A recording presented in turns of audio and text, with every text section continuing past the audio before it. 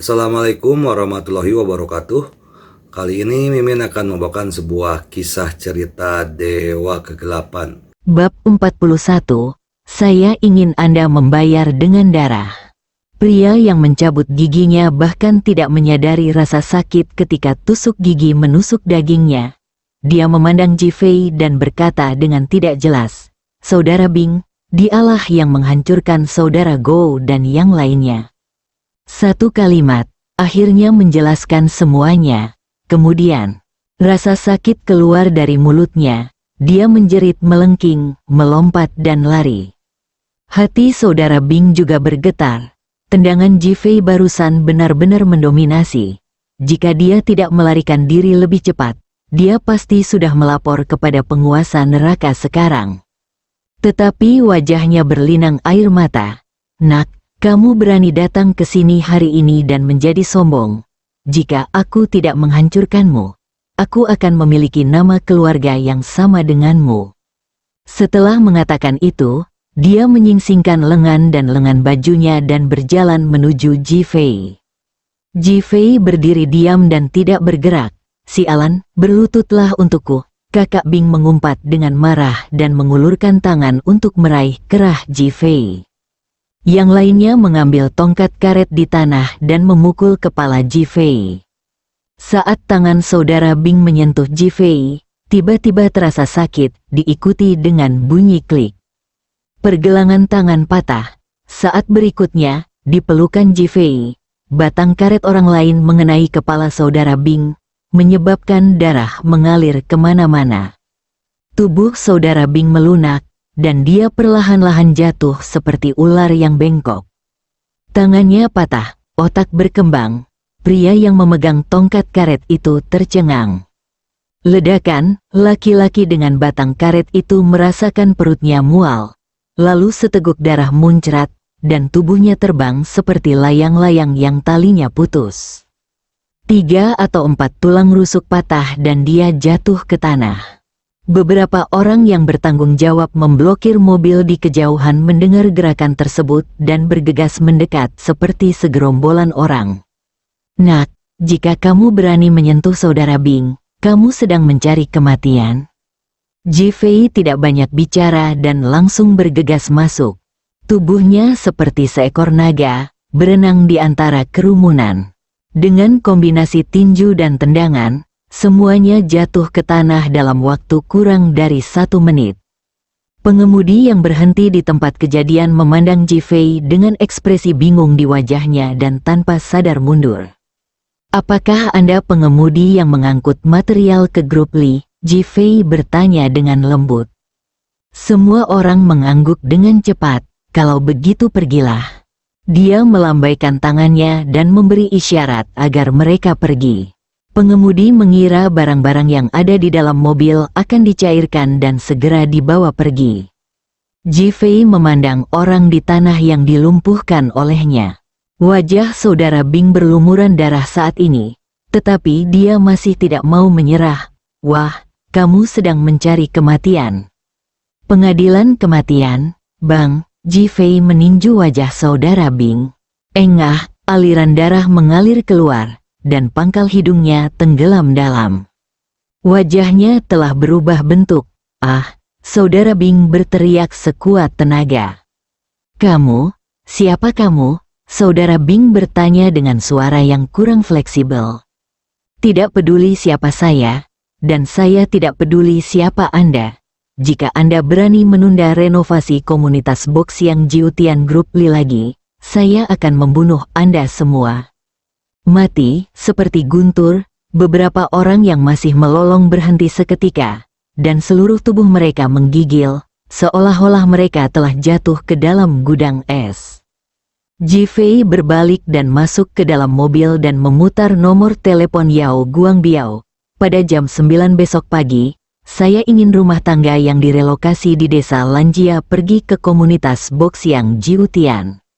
Nyalakan mobil dan kembali ke komunitas Boxiang Jiutian.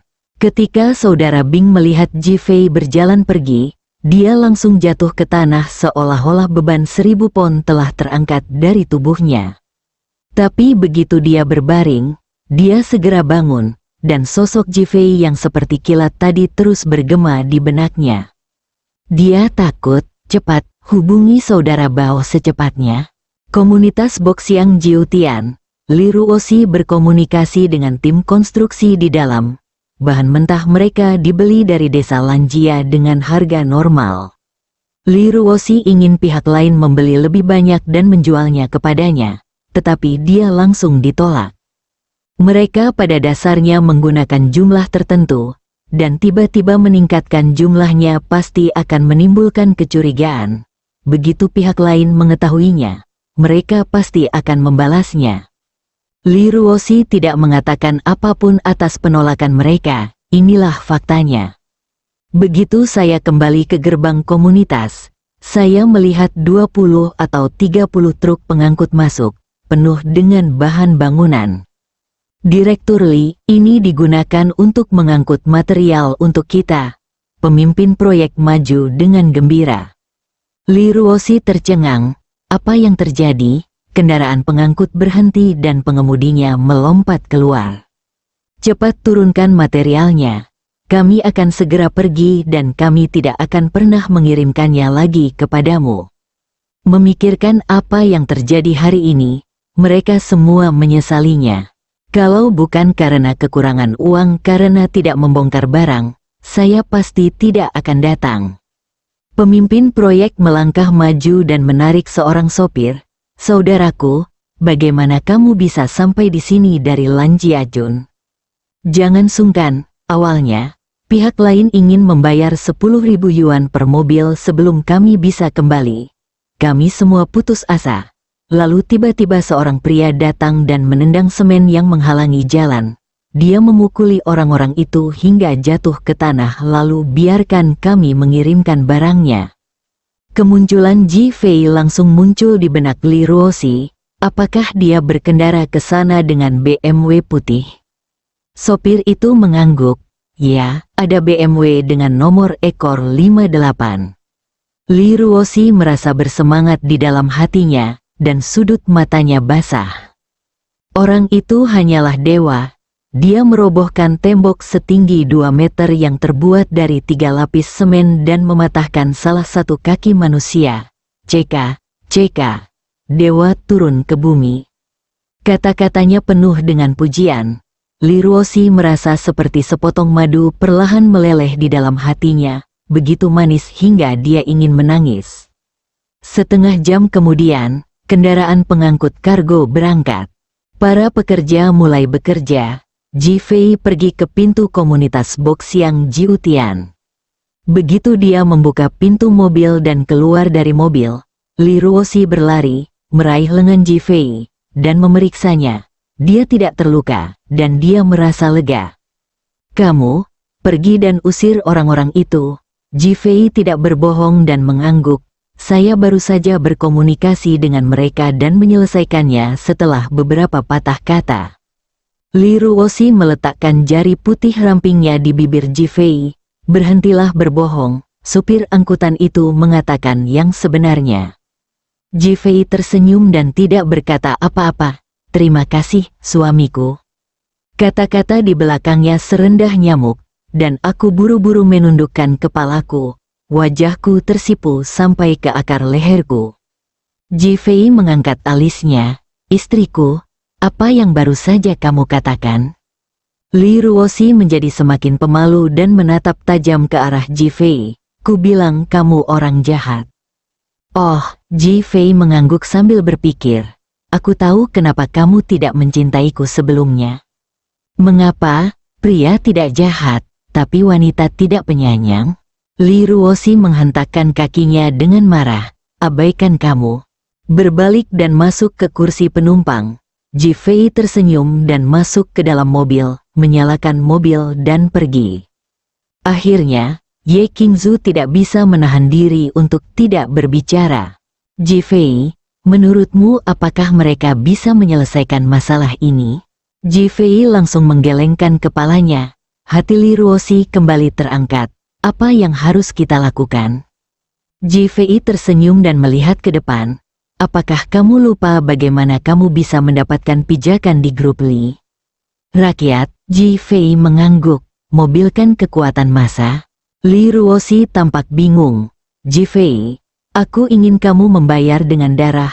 Di kamar pribadi di lantai atas klub remang-remang di kota Ninghai, Saudara Bao, yang menerima laporan dari bawahannya, menjatuhkan gelas anggur di tangannya dan meraung di seluruh ruangan. Bab 42 Phoenix menjadi dekan dang-dang-dang, ada ketukan di pintu. Datang, suara seorang pria yang bernapas berat terdengar. Mencicit, pintu terbuka, dan seorang wanita mengenakan rok kasa hitam, tubuh semi-transparan, dan kacamata hitam masuk. Pria itu mengerutkan kening. Saudara Bao, saya Aimeng. Aimeng berteriak manis. Kamu datang tepat waktu. Ji Fei macam apa kesemek lembut yang kamu katakan itu? Dia menggulingkan lebih dari selusin orangku. Aimeng tertegun sejenak. Dia mendengar suara Jin Feng memukulinya dengan keras, dan dia tiba-tiba merasa takut. Ini benar-benar dewa yang hebat. Namun, memikirkan kebencian, melihat kemarahan saudara Bao, dan memikirkan dukungan Liboli di belakangnya, saya tiba-tiba merasa percaya diri. Saudara Bao, kamu menghabiskan 1 juta. Jika tersiar kabar bahwa kamu telah memecat lebih dari selusin orang, tetapi tidak satu pun menantu, ini kedengarannya tidak bagus. Patah, kakak Bao membanting tangannya ke atas meja. Kamu berani mengatakan itu, awalnya kamu bilang dia hanya pecundang, tapi kamu tidak bilang anak ini begitu pandai bertarung. Aimeng tersenyum manis, dan mengusap tubuhnya ke tubuh kakak Bao. Saudara Bao, tenanglah, dia memang menantu yang tidak berguna. Hanya seorang satpam kecil, mungkin dia sudah dilatih beberapa hari. Dia harus menggunakan taktik lunak dan keras melawan saudara Bao, yang dikenal karena keserakahannya akan uang dan kekejamannya. Selama Ji Fei bisa disingkirkan dan dia bisa mengungkapkan amarahnya, dia tidak akan mengeluh bahkan jika dia didorong oleh saudara Bao. Pergi, manusia bukan manusia, hantu bukan hantu. Memikirkan betapa parahnya Aimeng dipukuli ketika dia datang untuk memohon padanya terakhir kali, saudara Bao tidak merasakan apa-apa sama sekali. Aimeng sangat gembira. Saya yakin saudara Bao pasti akan mengejutkan kita. Kejutannya hilang, sekarang yang ada hanya horor. Aimeng terkejut, lalu tertawa. Saudara Bao, kapan kamu menjadi begitu lucu? Lelucon yang luar biasa, orang itu seperti harimau yang ganas. Dia bisa menjatuhkan selusin dari mereka dalam waktu kurang dari 10 detik. Apakah kamu ingin mencobanya? Aimeng gemetar, segera menyesuaikan diri, dan berkata sambil tersenyum, Saudara Bao, apakah kamu akan menanggungnya begitu saja? Kita harus membayar harganya, jika ini menyebar. 1 juta yuan itu tidak cukup untuk menutupi biaya pengobatan belasan saudara laki-laki saya. Apakah Anda masih merasa dianiaya? Saudara Bao adalah orang yang tidak akan pernah mengembalikan uang begitu dia mendapatkannya. Aimeng tidak mau menyerah. Saudara Bao, apakah menurutmu kamu bisa membunuh anak itu? Dia melepas kacamatanya, memperlihatkan wajahnya yang penuh bekas luka, dengan pertanyaan di matanya. Mata saudara Bao membelalak. Ya, jika Anda menambahkan 5 juta lagi, saya berjanji akan menghancurkan seluruh keluarganya. Aimeng diam-diam memarahi saudara Bao karena terlalu teduh, tetapi sekarang dia sedang menunggangi harimau dan tidak bisa turun. Jadi dia berinisiatif untuk menyetujui masalah ini dengan Liboli menjelaskannya di masa depan. Kehidupan aslinya yang baik telah dirusak oleh Ji Fei, dan sekarang satu-satunya cara untuk menyelamatkan Liboli adalah dengan memeluk pahanya, dan dia juga membayarnya. Tidak masalah, aku akan mengurusnya. Aimeng menghabiskan uang orang lain, melampiaskan amarahnya sendiri, dan mencari teman sendiri.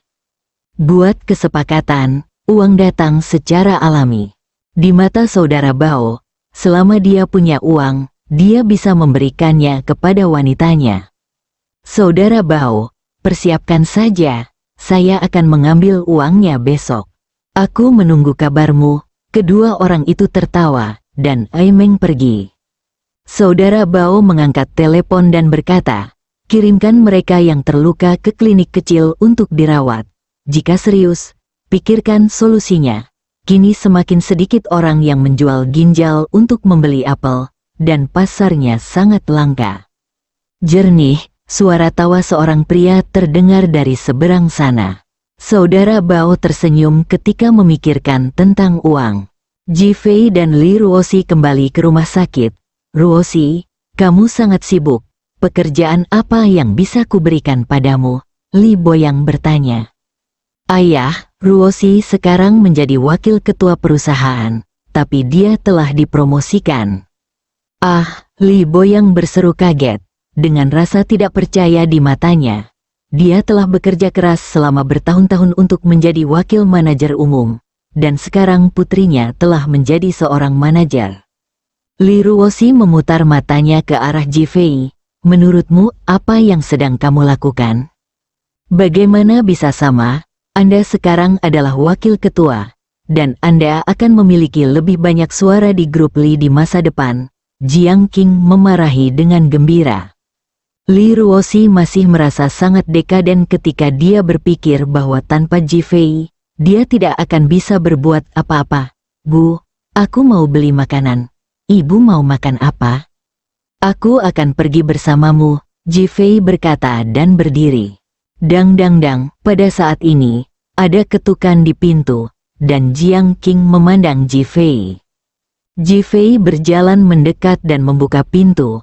Yang dilihatnya adalah gerbong makan dengan dua perawat wanita di sebelahnya. Tapi yang berdiri di tengah adalah Phoenix, yang mengenakan jaket kulit hitam dan celana panjang kulit, stoking hitam dan sepatu hak tinggi, dengan rambut hitam diikat ke belakang. Ji Fei tercengang, Li Ruoxi, yang menoleh, juga tercengang, terutama pakaian Phoenix, yang sangat merangsang secara visual. Liar, seksi, bahkan sebagai seorang wanita, jantungnya berdetak lebih cepat. Feng Huang tersenyum tipis. Halo, saya Feng Huang, direktur baru rumah sakit Boai. Saya telah menyiapkan makan malam khusus untuk Anda hari ini untuk meminta maaf atas apa yang terjadi. Ji Fei, matanya menatap Phoenix. Dia meminta Feng Huang untuk menunjuk seorang dekan. Tetapi dia tidak menyangka bahwa Feng Huang akan mengaturnya menjadi dekan, yang agak menyedihkan. Feng Huang tidak memandangnya, tetapi memandang Jiang Qing dan Li Ruoxi. Jiang Qing mendengar bahwa itu adalah dekan dan meminta maaf lagi. Dia tiba-tiba tersenyum dan berkata, tidak perlu meminta maaf. Apa yang terjadi hari ini hanyalah kesalahpahaman. Zhang, di mana dekan Zhang Bo? Dia sebenarnya memiliki kesan yang baik terhadap dekan Zhang Bo. Dekan Zhang pensiun dini karena alasan lain, dan saya akan mengambil alih posisi dekan.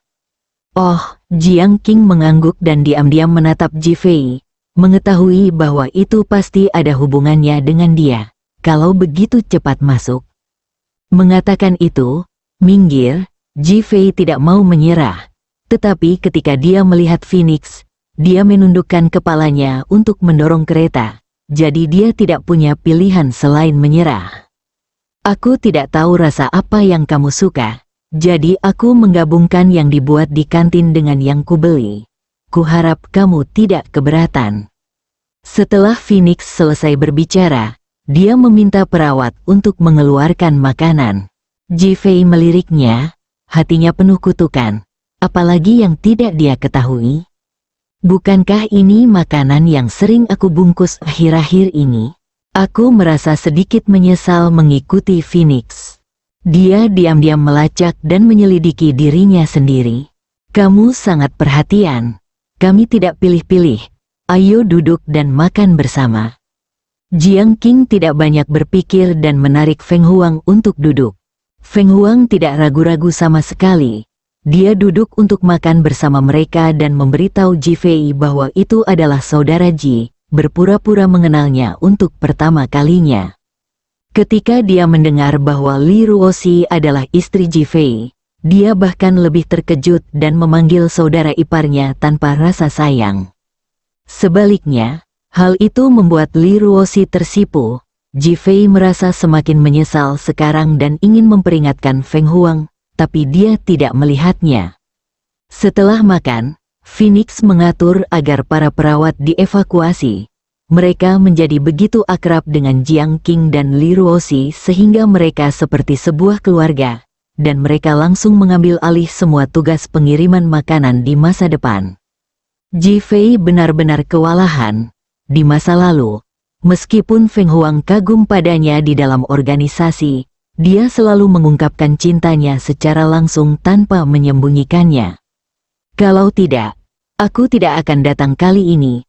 Dia tidak menyangka Phoenix memiliki keterampilan komunikasi seperti itu di masa lalu. Tapi sekarang, bahkan setelah kembali ke rumah, Ji Fei masih merasa tidak bisa menerima masalah ini. Bab 43. Apa yang kamu lakukan?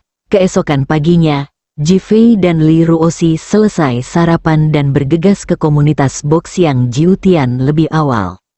Ketika saya tiba di komunitas tersebut, semua karyawan Li Group ada di sana dan semua orang sudah melakukan banyak pekerjaan. Ketika pemimpin proyek melihat Ji Fei, dia dipenuhi dengan kekaguman saat memikirkan bagaimana dia mengelola orang-orang itu dan mengangkut begitu banyak bahan konstruksi kemarin. Ji, dia tidak tahu harus memanggilnya apa. Panggil saja aku Kakak Ji. Ji Fei tersenyum. Saudara Ji, kamu luar biasa, kamu adalah orang paling kuat yang pernah saya lihat. Mulai sekarang, saya, Chen Ziji, akan bergaul dengan Anda. Ji Fei mengangguk.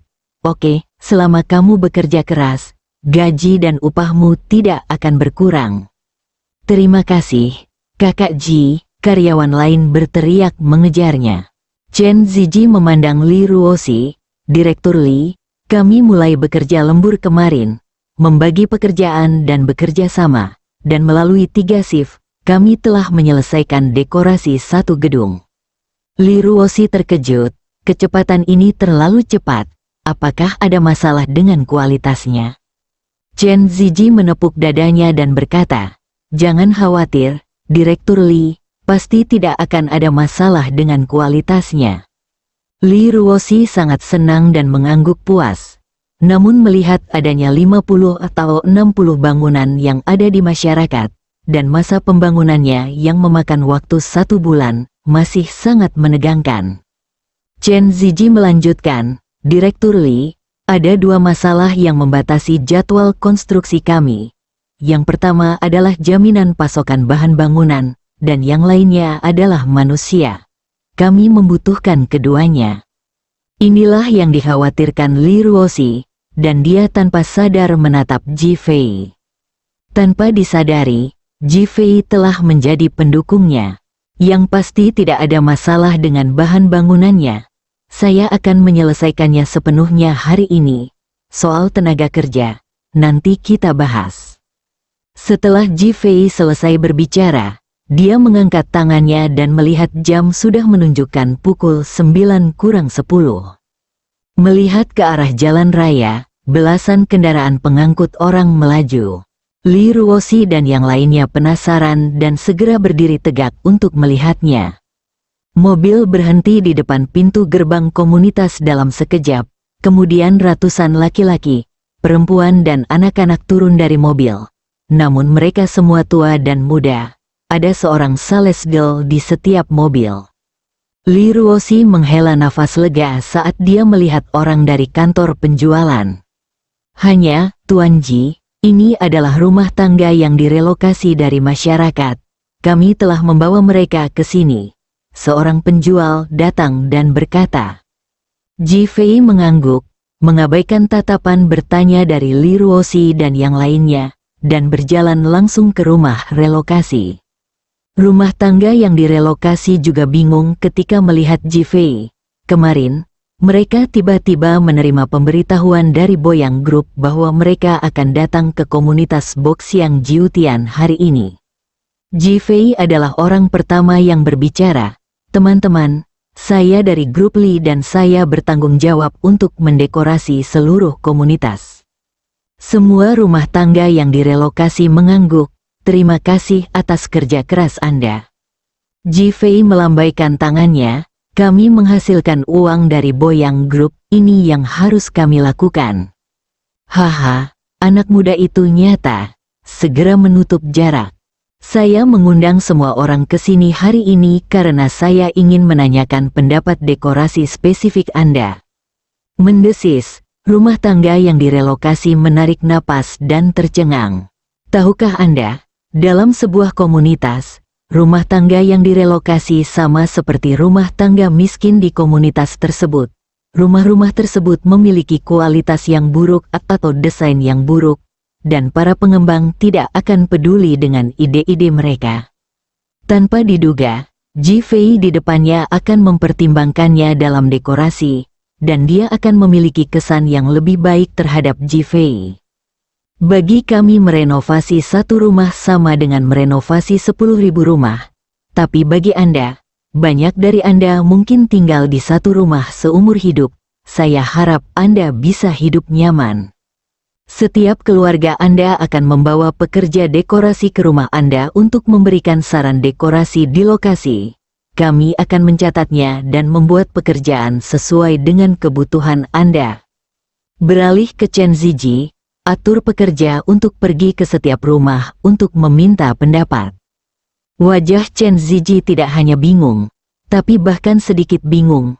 Kegembiraan memanggil kakak Ji menghilang begitu saja tanpa bekas. Hal ini dapat menunda pekerjaan sehari-hari, dan ketika setiap keluarga memiliki pendapat dekorasinya sendiri, efisiensi kerja akan jauh lebih rendah. Kemarin, kami menyelesaikan sebuah bangunan dalam satu hari karena kelancaran pekerjaan dan dekorasi yang terpadu. Dia dengan cepat menatap Li Ruoxi, dia juga tertegun, tapi tetap mengangguk. Chen Ziji tidak punya pilihan selain mencari bantuan dan dengan enggan mulai meminta pendapat dari rumah tangga yang dimukimkan kembali. Rumah tangga yang direlokasi tergerak oleh layanan proaktif Ji Fei, bertepuk tangan dan berterima kasih padanya, dan pergi dengan gembira. Ji Fei dan Li Ruoxi tertinggal di tempat kejadian. Ji Fei, idemu sangat bagus, tapi tetap akan berdampak besar pada jadwal konstruksi perusahaan kita. Ji Fei melihat ke kejauhan, mengasah pisau tidak akan menghentikan pemotongan kayu bakar. Kamu akan mengerti sebentar lagi. Li Ruoxi terdiam, mungkinkah ini yang dikatakan Ji Fei tentang mobilisasi massa? Tidak dapat memahaminya, namun, tidak ada lagi kata yang terucap. Dia setuju dengan pendekatan Ji Fei di dalam hatinya, tetapi dia hanya mempertimbangkan situasi aktual dan periode konstruksi. Setengah jam kemudian, rumah tangga yang direlokasi kembali satu demi satu, dengan senyuman di wajah semua orang. Tiba-tiba kepala Li Ruoxi berdengung saat melihat 5 atau 6 mobil penumpang lagi datang dari arah mobil relokasi baru saja datang. Ji Fei, kamu tidak akan membiarkan penduduk lain datang juga, kan? Ketika Ji Fei melihat kendaraan itu, seringai muncul di matanya. Tapi dia tersenyum dan bertanya, bagaimana jika? Aku ingin sekali mencekikmu sampai mati. Li Ruoxi tidak merahasiakan pemikirannya yang sebenarnya. Ji Fei tersenyum dan bercanda, istriku akan selalu manis. Berhenti bicara omong kosong. Apakah ini benar? Kekhawatiran tertulis di seluruh wajahnya. Apakah kamu tidak akan segera mengetahuinya? Begitu Ji Fei selesai berbicara, mobil berhenti di depannya, pintu terbuka, dan orang-orang terus melompat keluar dari mobil seperti pangsit. Namun, setiap orang memiliki ekspresi galak di wajah mereka dan sebatang tongkat di tangan mereka. Ekspresi Li Ruoxi berubah drastis. Mereka, semua orang dari grup Li dipukuli dengan kejam oleh saya, dan semua rumah yang mereka renovasi dihancurkan. Orang pertama yang turun sambil mengunyah sirih di mulutnya, berteriak kepada pria di belakangnya. Saudara Dong, jangan khawatir, Kami berjanji akan menyelesaikan tugas ini. Hore, dalam sekejap mata, 200 orang kecil itu berkumpul, seperti tentara yang bersiap untuk menyerang. Penuh semangat juang, Li Ruoxi mendengar dengan jelas, dan terkejut dengan momentum tersebut, dan wajahnya tiba-tiba menjadi pucat. Telepon, panggil polisi. Ji Fei memeluk pinggangnya dan berkata, tidak perlu memanggil polisi. Setelah mengatakan itu, dia melepaskan tangannya dan bergerak maju untuk menyambutnya. Li Ruoxi khawatir Ji Fei akan bertarung lagi, jadi dia buru-buru berlari ke depan Ji Fei. Apa yang akan kamu lakukan? Kakak Dong sedang mengunyah sirih di mulutnya dan meludahkannya ke tanah. Aku pergi, gadis ini benar-benar benar. Pantas saja kakak anjing dan kakak Bing enggan menghancurkan bunga itu dengan tangan mereka sendiri. Aku bisa tidak tega melihatnya. Gadis kecil, aku merasa senang menemani kakak Dong. Jika kamu menjagaku dengan baik, aku mungkin akan lebih toleran terhadapmu saat aku bahagia. Jika kamu keberatan, tidak ada orang di sini yang bisa pergi. Aku akan membawa kalian semua pergi. Li Ruoxi sangat marah hingga seluruh tubuhnya gemetar. Kamu melanggar hukum. Apakah kamu mengerti? Anda di sini untuk memberitahu saya tentang hukum. Saya orang yang kasar dan saya tidak mengerti. Saya ingin bermain dengan Anda sekarang dan menghajar orang-orang di grup Li. Apakah Anda keberatan? Dia telah melihat foto Li Ruoxi dan Ji Fei, jadi dia mengenalnya.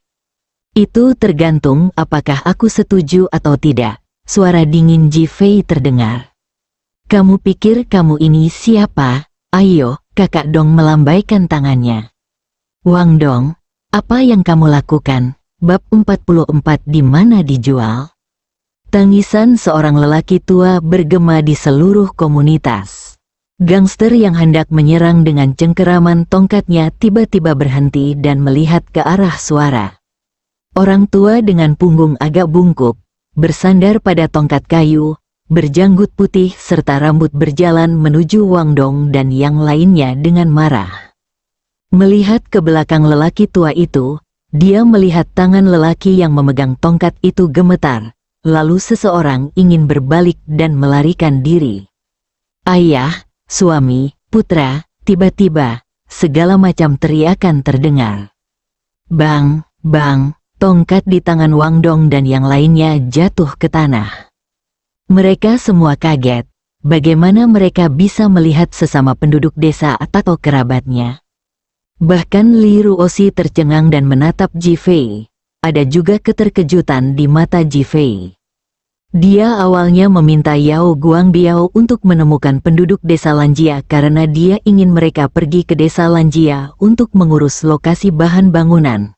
Mereka sudah familiar dengannya, dan jika gangster berani datang dan menimbulkan masalah, itu akan lebih mudah untuk memanggil polisi. Jika Anda hanya meminta mereka pergi, mereka mungkin tidak bersedia. Oleh karena itu, dia menyelamatkan negara melalui kurva dan menggerakkan orang dengan mendekorasi rumahnya. Sentuh orang dengan emosi dan gerakan orang dengan emosi. Mereka tidak pernah menyangka bahwa orang yang datang membuat masalah hari ini adalah kerabat mereka. Sungguh tidak terduga. Orang tua berambut putih itu mendatangi Wang Dong, mengangkat tongkat di tangannya, dan memukul Wang Dong dengan keras. Binatang, kamu kehilangan semua uang pembongkaran di rumah karena berjudi, dan ayahmu jatuh sakit dan meninggal. Kepala desa tua, saya salah, satu kata, satu tongkat. Wang Dong berlutut di tempat, tidak ada lagi kesombongan saat ini. Saat berikutnya, tangisan tiba-tiba bergema di seluruh ruangan. Para gangster itu berlutut di tanah satu demi satu, menamparkan mulut mereka sendiri dan mengutuk bahwa mereka bukan manusia.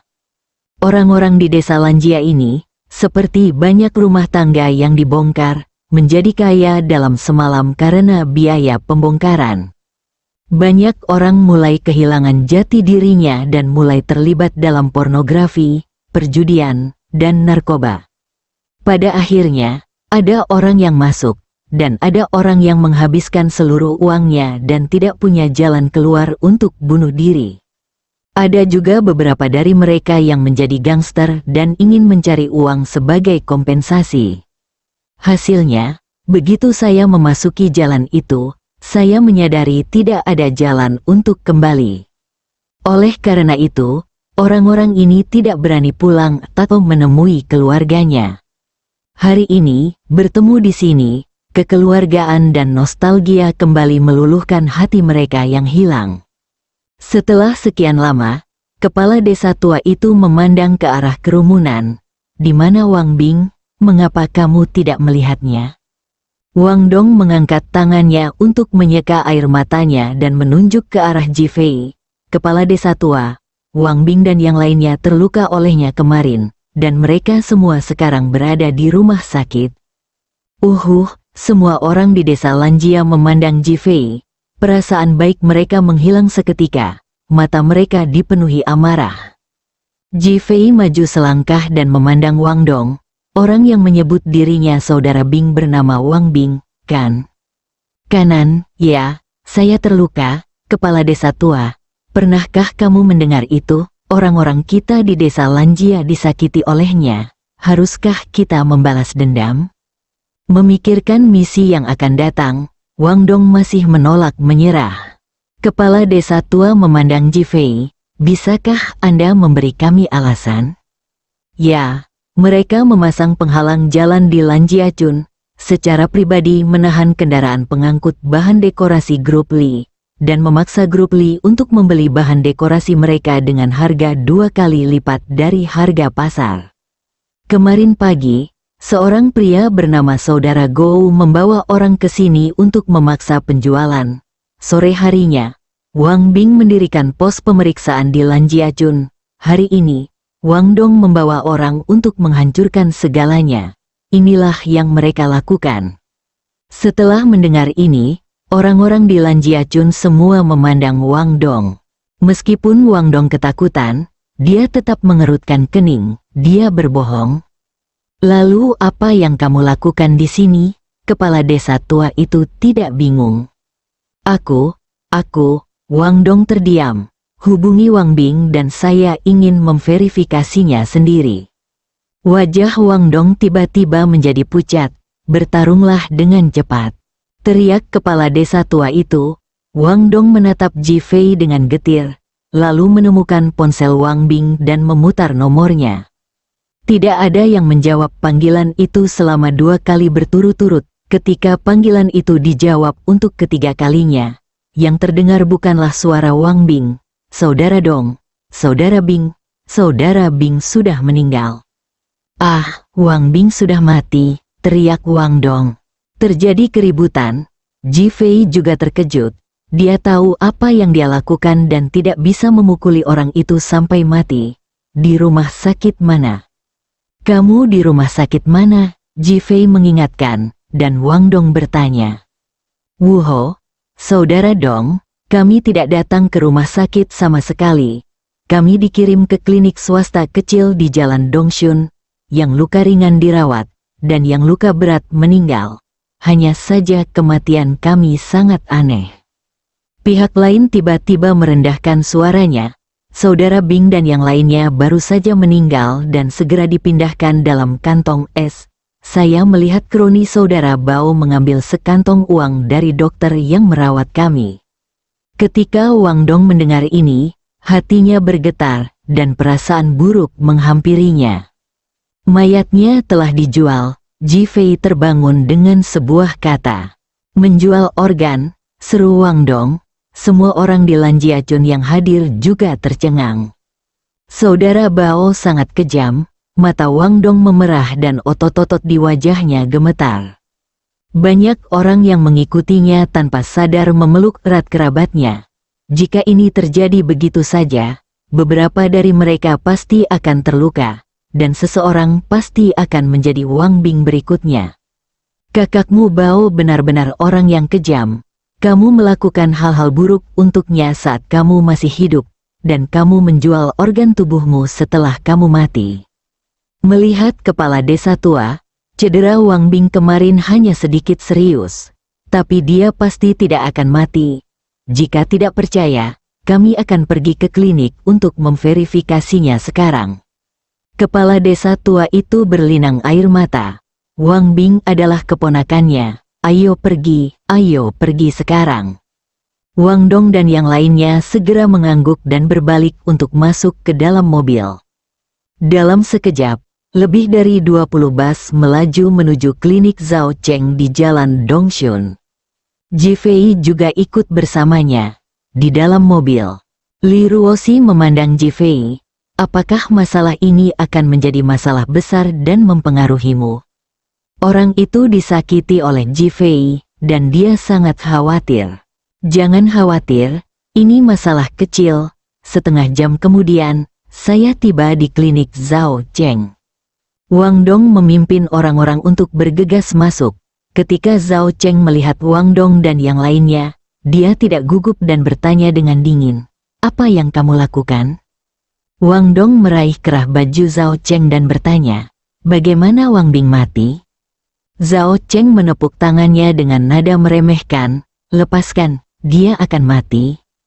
"Di mana mayatnya?" "Membakar." "Siapa yang memberimu hak untuk membakar tubuh keponakanku?" tanya kepala desa tua itu dengan marah dengan suara yang dalam.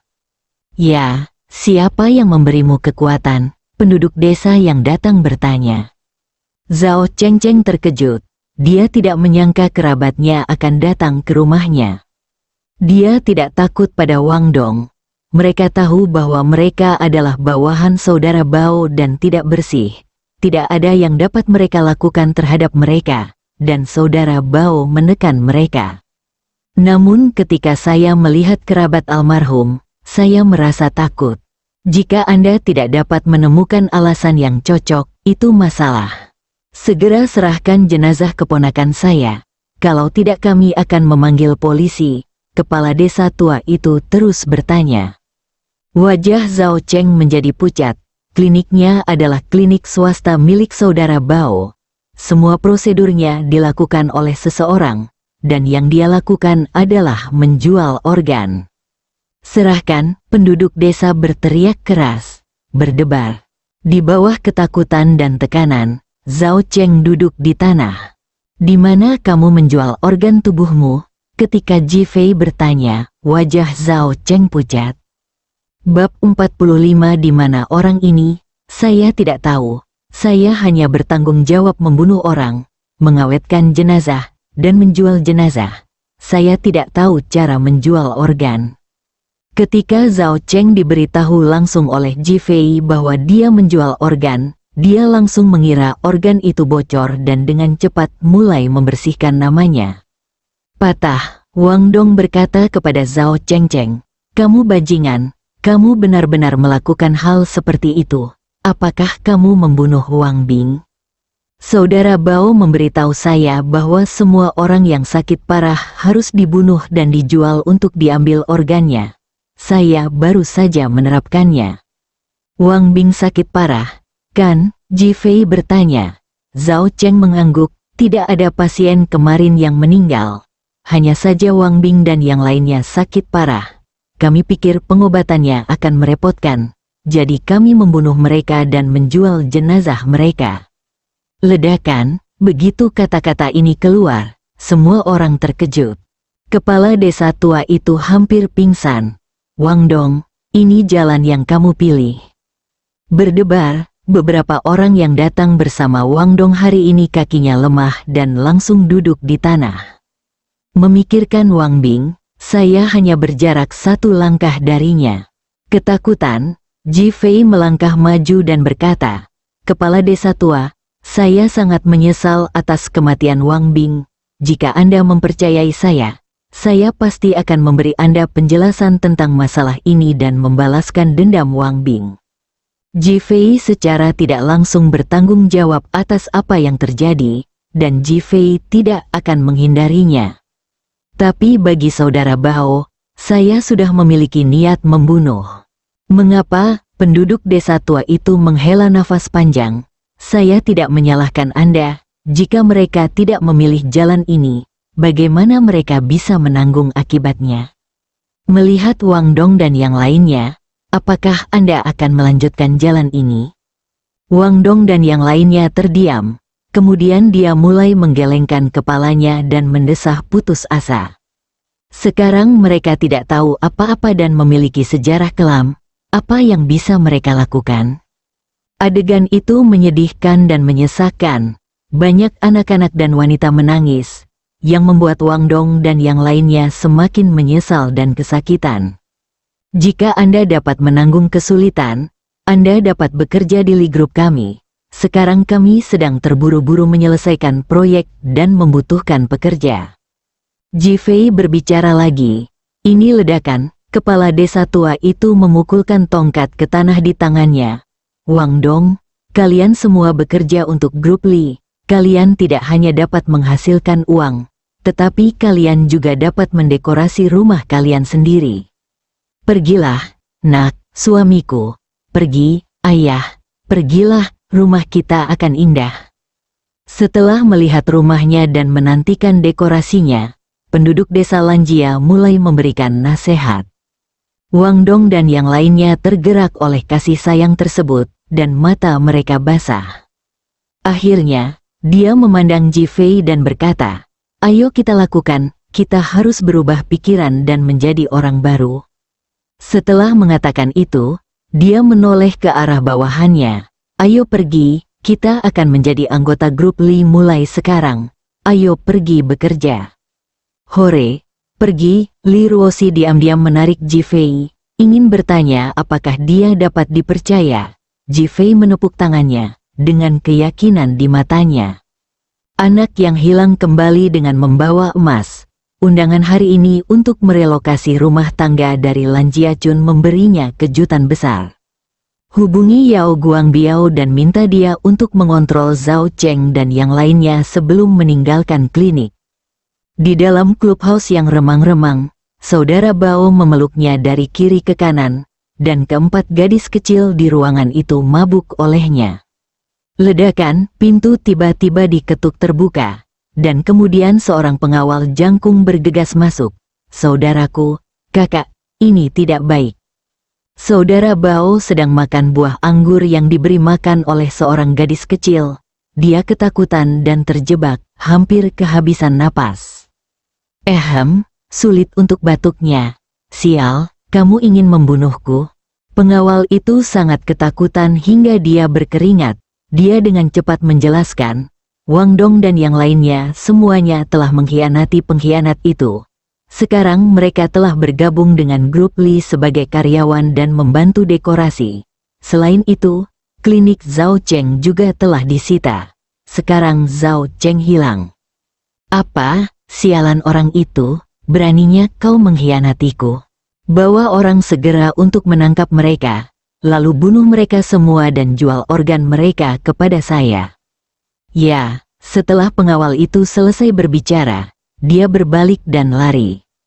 Saudara Bao berdiri dan menendang gadis kecil yang baru saja memberi makan anggur. "Keluar, kamu pantas mati."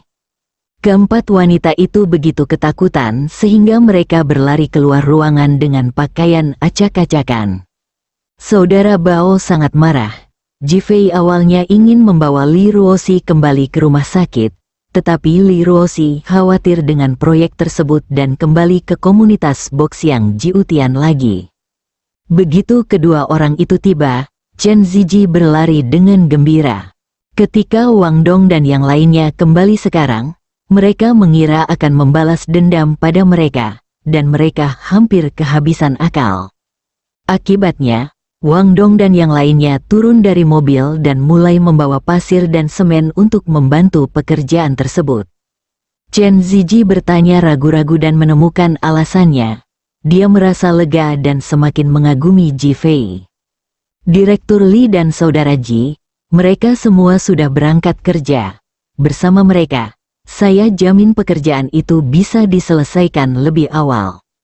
Ji Fei mengangguk. Li Ruoxi sangat gembira hingga dia hampir menangis. "Saya benar-benar tidak mengharapkan hal itu." Wang Dong dan yang lainnya kebetulan kembali. Ketika mereka melihat Ji Fei, mereka semua melangkah maju untuk berterima kasih dan meminta maaf. Semuanya, bekerjalah dengan tenang, saya jamin Anda akan makan enak dan minum enak. Saya juga jamin gaji Anda akan sama dengan gaji karyawan normal Grup Lee. Selama Anda bekerja keras dan bersedia melakukannya, Grup Lee akan selalu mendukung Anda. Wang Dong dan yang lainnya sangat tersentuh. Terima kasih, Kakak Ji. Wang Dong yang pertama berteriak. Semua orang lalu berteriak. Melihat Li Ruoxi yang bersemangat, seseorang tiba-tiba berteriak, terima kasih, kakak ipar. Membujuk, semburan tawa membuat Li Ruoxi tersipu. Didi, saat itu, terdengar suara mobil. Wang Dong dan yang lainnya menoleh dan melihat 3 bus lagi mendekat. Chen Ziji memandang Ji Fei. Saudara Ji, apakah kamu sudah menemukan seseorang lagi? Aku sangat mengagumimu. Ji Fei mengangkat tangannya dan menyentuh hidungnya. Aku tidak mencari ini. Begitu dia selesai berbicara, mobil berhenti dan sekelompok orang keluar lagi. Dia meraung dan bergegas menuju Ji Fei dan yang lainnya. Ekspresi wajah Wang Dong berubah drastis. Pengawal saudara Bao, Tie Han, ada di sini bersama anak buahnya. Wang Dong dan anak buahnya tiba-tiba menunjukkan rasa takut. Mereka berdua adalah bawahan saudara Ji. Mereka adalah orang-orang pinggiran. Setara dengan pasukan boneka Tie Han dan lainnya adalah keturunan langsung yang sebenarnya dan kekuatan tempur utama. Ji Fei memandang Wang Dong dan berkata, beri saya waktu. Ketika kata-kata jatuh, orang-orang bergerak, kakinya menyentuh tanah, seolah tanah bergetar. Detik berikutnya, hanya ada bayangan di depanku. Saat Wang Dong menyalakan pengatur waktu di ponselnya, Ji Fei sudah bergegas ke kerumunan. Tie Han berdiri di belakang dan memerintahkan gangster itu, bunuh dia, saudara Bao akan memberimu hadiah besar. Siapapun yang membunuhnya, saya akan kembali dan memberinya penghargaan pertama. Ayo, ayo, tagih aku. Melihat Ji Fei bergegas sendirian, mata Tie Han penuh dengan penghinaan, dan kata, idiot, ada di benaknya. Jika satu orang menuntut 60 atau 70 orang, apakah dia selain orang bodoh? Li Ruoxi terkejut. Ji Fei, hati-hati. Wang Dong dan yang lainnya juga mengambil senjata mereka dan bersiap untuk maju. Mereka tercengang dengan keberanian Ji Fei. Tapi aku masih merasa Ji Fei terlalu bodoh. Kenapa? Chen Ziji mengeluarkan ponselnya dan berkata, Direktur Li, ayo panggil polisi. Hanya aku bahkan tidak bisa menggunakan tanganku. Jantung ini mematikan. Bang, ledakan. Aduh, klik, serangkaian suara campur aduk terdengar, dan bayangan Ji Fei menjadi semakin jelas. Wang Dong, Chen Ziji dan yang lainnya semua menatap dengan kaget. Karena mereka yang terjatuh dan terbang semuanya adalah orang-orang tangguh. Dan Ji Fei seperti seekor harimau yang menyerbu kawanan domba, menyebabkan kekacauan menjadi terbalik. Tidak ada gerakan mewah, hanya gerakan sederhana, tapi semua orang hancur dan jatuh satu persatu, hancurkan garis dengan satu pukulan, menendang sebagian besar. Pria tangguh yang mengarahkan dari belakang menatap dengan mata lurus dan bahkan lebih terkejut, di mana orang-orang di sini bersambung.